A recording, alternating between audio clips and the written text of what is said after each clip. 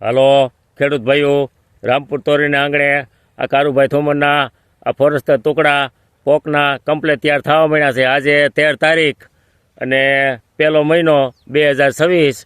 આપણે 30 તારીખે પડશે. પહેલા મહિનાની 30 તારીખે પોક પડવાનું ચાલુ કરવું છે. કોઈ પણ કોઈને પોક લેવો હોય તો મારો કોન્ટેક્ટ કરજો. મારા નંબર છે 90 61 અને અમદાવાદવાળાને વણાઈથી છે ને કુરિયર નથી જવા દેવાના થતા. અમદાવાદવાળાને અમદાવાદમાં મળી જાય. તે પછી કોઈ આગાહી છે એને ત્યાંથી કુરિયર થઈ જાય. આપણે ભજરધામની આજુબાજુ આપણે સરનામું નાખી દેવું. જ્યાં અમદાવાદમાં આપણો પોક ત્યાં મળવા મળશે.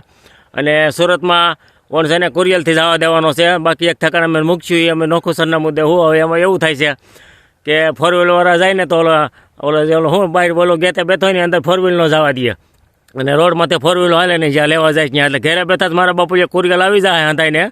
એ રીતે જ આપણે ગોઠવણી કરવી છે. અને દિલ્હીવાળાને આપણે એક ઠેકાણે નક્કી કરી નાખવું. દિલ્હી જે આપણો માલ જાય છે ને એક ઠેકાણે દિલ્હી દઈ દેવું. એટલે એ ત્યાંથી કુરિયર કરી દે. તે પછી દુબઈવાળા લાલજીભાઈ તમને આ વિડીયો આવી છે એટલે તમારે અહીંયા રાખવું હોય ને તો તમે મને કહેજો. તે આપણાવાળા બધા જે છે ને ત્યાંથી તમે કુરિયર કરી નાખજો. આમ તો હાજી હીરામાં સુતા થઈ જાઓ એટલે એ જ કામ હોય ને, બીજું શું કામ હોય. એ વિડીયો જોવો એટલે આ વસ્તુ કરજો એટલે તમને થોડાક 5 પૈસા મળે વધારે. તે પછી ભાવનગર આપણે શાખા ચાલુ કરવાની છે. તે પછી રાજકોટમાં તો આપણે કુરિયર જાય જ છે. એટલે કોઈ પણ ભાઈનો લેવો હોય તો મારે કોન્ટેક્ટ કરજો. આ 30 તારીખની આજુબાજુ આપણે પોક પાડવો છે ને ઓણ આપણે આમાં ઓર્ગેનિક નથી કરતા પણ એક નવી સિસ્ટમ કરી છે. એક મધુસૂદન મધમાખીવાળા ભાઈ છે લાલજીભાઈ પરમાર, એ આપણો મિત્ર છે. તે 2 કિલો આપણે મધ લીધું હતું. તે એ આપણે આમાં 2 રાઉન્ડ કર્યા છે મધમાખીના.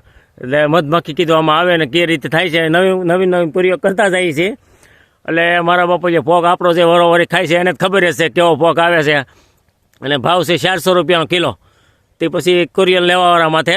એટલે લોકો અત્યારે 300 રૂપિયામાં કિલો વેચે છે પણ આપણે સસ્તું આપણે નથી પહાય એમ ભાઈ. એટલે આપણે તેલના દબાયા કારણે 3132 રૂપિયાને મળે સિંગ તેલ. માથે આપણે માથા ઉભારીને કદવી છે એ.